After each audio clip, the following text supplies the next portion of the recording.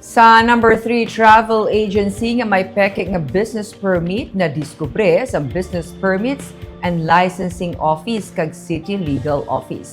Natutuban sa City Office nga PMT Travel and Tours, isa ka travel company nga ginalagar ang naga-operate nga wala sang husto nga dokumento kag nagagamit pa sang peke nga business permit. Ini matapos gamay nagdangop sa Business Permits and Licensing Office nga isa ka residente agud mag-verify sang legitimacy sang among nga kumpanya.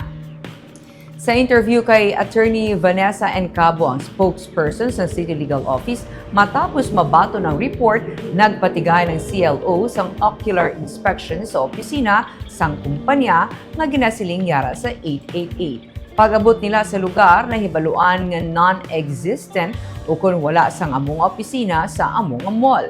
Dugang pa ni Cabo, mas nakumpirmar nga isa inikas ka matapos nga matukiban ang sala nga mga spelling sa mismo nga business permit pagkamit sang daan nga logo sa syudad, hindi maskam nga QR code kag hindi amo nga pirma ni Anay Mayor Alfredo Albi Benitez.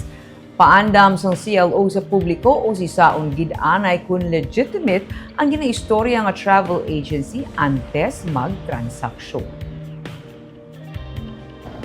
And first time na mo niya na nakakuha gid kami ng business permit na fake coming from them. Actually, we will look at it because may pangalan eh. May owner's name in the name of Carl Joshua Luluca. Okay. And also naka-secure man kami ng mga screenshots of the conversation nila na gina-entice na niya ang nag-inquire